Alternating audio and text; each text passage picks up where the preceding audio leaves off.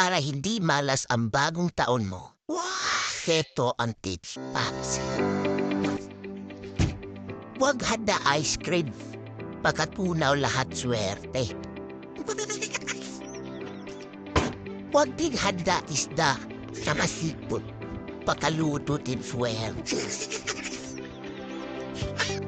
Huwag din handa manok at pat. Pagkalipat swerte.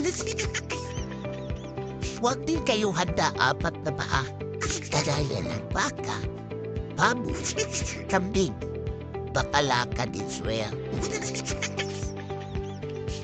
Huwag handa mga bilog-prutas, patanulong swerte. Kaya para sigurado hampason ng swerte mo sa 2020, huwag ka na maghanda para hindi ang pera mo. Happy New Year!